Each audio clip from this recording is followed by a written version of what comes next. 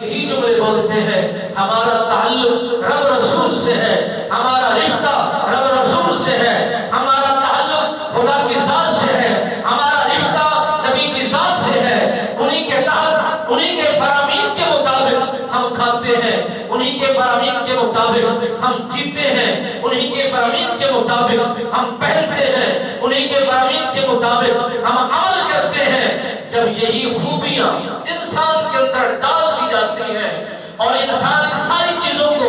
بچا لیتا ہے،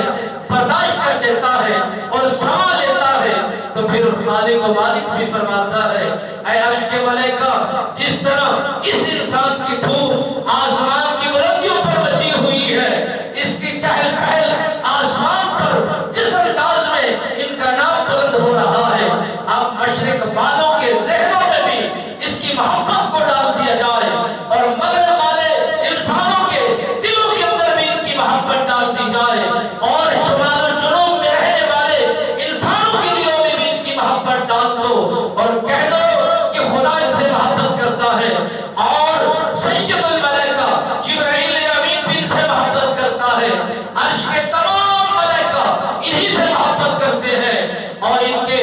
زمین پر نبی بھی محبت فرما رہا ہے اور نبی آخر الزمان صلی اللہ علیہ وآلہ وسلم سرکار کے تمام رفقا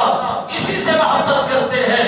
عرش مشرق والے تم بھی اس سے محبت کرو، مغرب والے تم بھی اسی سے محبت کرو، شمال و جنوب والے تم بھی اسی سے محبت کرو۔ یہ جب انسان اللہ کی محبت کو دل و دماغ کے اندر رچا دیتا ہے، ساری کائنات کو، سارے جہان کو، ساری دنیا کو، عرش کے ملائکوں کو اللہ نے اسی کی طرف راغب کر دیا ہے۔